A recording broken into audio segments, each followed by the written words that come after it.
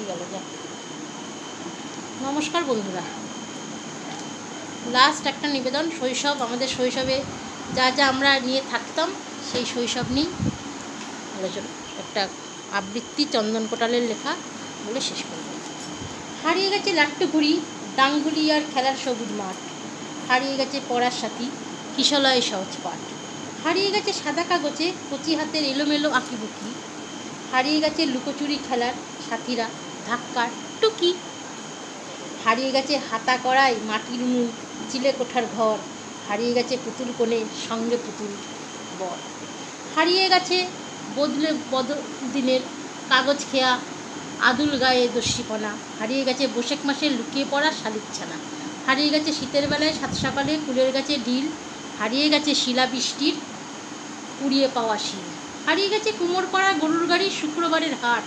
হারিয়ে গেছে ডুব সাঁতারে আর কাঠের পুকুর ঘাট। হারিয়ে গেছে কানামাছি ভো ভো, কিকির মিকির চামচিকির। হারিয়ে গেছে চোর পুলিশের নানা রকম ফন্দিফিকির। হারিয়ে গেছে ফড়িং ধরার ফাঁদ, জোনাক পোকার রাতি। হারিয়ে গেছে লুকিয়া করা সাধের চড়ুই জাতি। এমন আরও কত কিছু আজ হারিয়ে গেছে সব, হারাতো না কোনো কিছুই যদি না হারাতাম সাধের শৈশব। ধন্যবাদ সবাইকে।